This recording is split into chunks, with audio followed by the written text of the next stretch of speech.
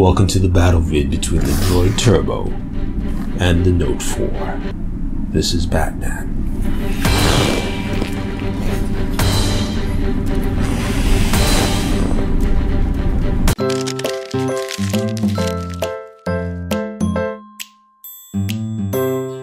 Alright guys, welcome to our battle vid, and I'm sure you saw my Halloween outfit, so have a good time tonight guys. If you're watching this before you head out for Halloween, love to see your outfits, but be safe out there. So anyway, this is the battle vid between the Droid Turbo and the Galaxy Note 4. And this is especially important if you're a Verizon customer and also an international customer, because we believe this device is coming out soon to the international markets, sometime probably next week or so. So here is the Droid Turbo and here is the Galaxy Note 4. Let's look at the aesthetics of both devices. Besides the display, and which we will talk about, you can see how the Turbo here has a nice curved round feel, very reminiscent of the Droid Razr Max from last year. You do have a speaker in the front here on the top, front facing camera, of course touch sensitive buttons, and just showing you the look of the device. Very nice, slick. This is the ballistic nylon, so you can see that grooved finish. Very nice. It really feels good in the hands. One of those that I would definitely recommend, that if you want to definitely pick it up. I do like it, as you can see how it just looks and feels all together. Now all the buttons are on the right hand side, and if you actually want to access your micro SIM, you're gonna have to lift this up here to actually access the micro SIM underneath that, and that's a power and your volume rocker. Very cool. And also there's no Verizon logo on this, which is actually quite surprising in here. Now, the Samsung Galaxy Note 4, this is Samsung's latest design language. It's all metal around the rim. Yes, this is actually metal, guys. Just like you find in the Alpha, very cool finish. You've got an IR sensor on the top. You've got the headphone jack there. Volume rockers on the left hand side with the power button on the right. At the bottom, of course, you can see micro USB ports. And there is your S Pen attachment. Very cool design. Feels very good in the hand. It's very comfortable. Of course, that QHD display on top and that wide angle camera in the front. First of all, let's look at what is similar with both devices. First off, they both carry 3 gigs of RAM. So they actually support 3 gigs of RAM built in, and also, which means they have enough RAM for all the processing and stuff. They are both running Android 4.4.4, which is nice, and they both support the Snapdragon 805 processor. So the fastest processor on the land right now is in both devices, the Turbo and the Galaxy Note 4. What else do they have similar in both devices? They both have the rapid charge capability of giving you about 8 hours of battery life in 15-minute charge. The Turbo has it, as well as the Galaxy Note 4, which is very, very nice. And that's where it kind of ends, and then you see some changes with both devices. So the Droid Turbo has a 3900 milliamp battery, supposed to give you 48-hour battery life, which we'll talk about later, while the Galaxy Note 4 has a 3220 milliamp battery. So they both have big batteries, but the Droid Turbo has the larger battery. When it comes to the camera, the Turbo here spots a 21 megapixel shooter here with dual LED flash on the sides, so you see that right there, while the Galaxy Note 4 sports a 16 megapixel shooter with built-in OIS, and it does have dual LED flash. It has an LED flash at the bottom, sorry. You also have a heart rate monitor also right next to it on the Galaxy Note 4. There's none of that here. Now, in terms of storage, again, you find some similarities but differences. So the both support 32 gigabytes of storage, or 64 if you want to go with the ballistic nylon here on the Droid Turbo. But the Galaxy Note 4 has micro SD expansion, which you find here. If I could actually open it up, there we go. It has micro SD expansion right there, and also you can add a wireless charging plate if you choose to separately. Now this doesn't have any expanded storage, but this comes built in with wireless charging. You guys know how much I love wireless charging on the device.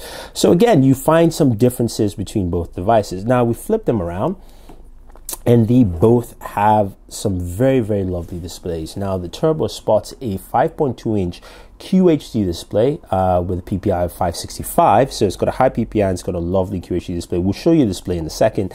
And the Galaxy Note 4 has a 5.7 inch QHD display with, I think, a 551 PPI, slightly small, but again, both of them have QHD displays. Now let's take a look at which display and see which one actually looks the sharpest. Now I have both at max, of course, brightness on here, just to show you that first. So you can see this is 5.2 inches, this is 5.7. They look pretty similar, especially just in general display look. Now if I go ahead and I put this on auto, just to do some differentiation here. Again, this all depends on the brightness here. You can see the auto settings now. It looks now on auto, it looks like the Droid Turbo has a little better tonal difference, especially maybe in blacks, but overall I think both displays are the same. In general, they look the same to me. You know, you guys could probably think different, so I see on this level the displays are actually similar. All right, so we've talked about displays. Now let's talk about the camera. Both of them have very interesting cameras, especially for the manufacturers. Samsung has its first OIS camera, and of course the Droid Turbo has a 21 megapixel shooter, no OIS there. Now the camera, let's look at the camera software before we actually go into video. Both shoot at 4K, by the way. So we go into the camera software. This is running, of course, Samsung's overlay, and this is running stock Android. Of course, it's got that twist motion you can use to activate it. And again, it's a very simple UI, not too in-depth in the settings. You have HDR, you have auto focus. You also have the ability to shoot in 4K, slow-mo, and 1080p. So we're doing 4K comparisons and then panorama.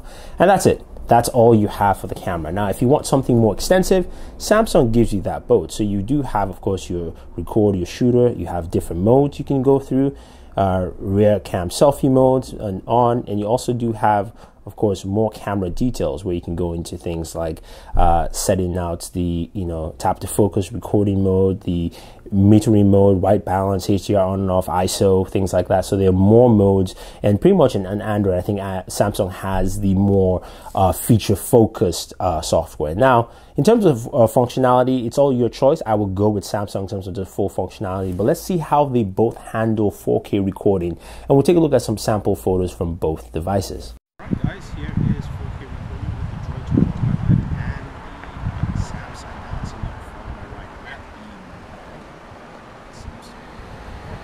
And I'm going to actually just do some recording here so you can see. It's a gloomy day, so it's not one of those days where it's nice and bright. But I wanted to give you an idea. You can hear the mic from each one. So the first 30 seconds, the audio is coming from the Droid Turbo, and the next 30 seconds is coming from the Note 4. Now I'm walking down, so this is a section where the audio is from the Note 4, and you can see now OIS does not work on 4K for the Note 4, but just to give you an idea of how it looks, shaky, all that fun stuff, as we also transition from scene to scene. So this should give you a good idea, and let's go ahead and round up this video.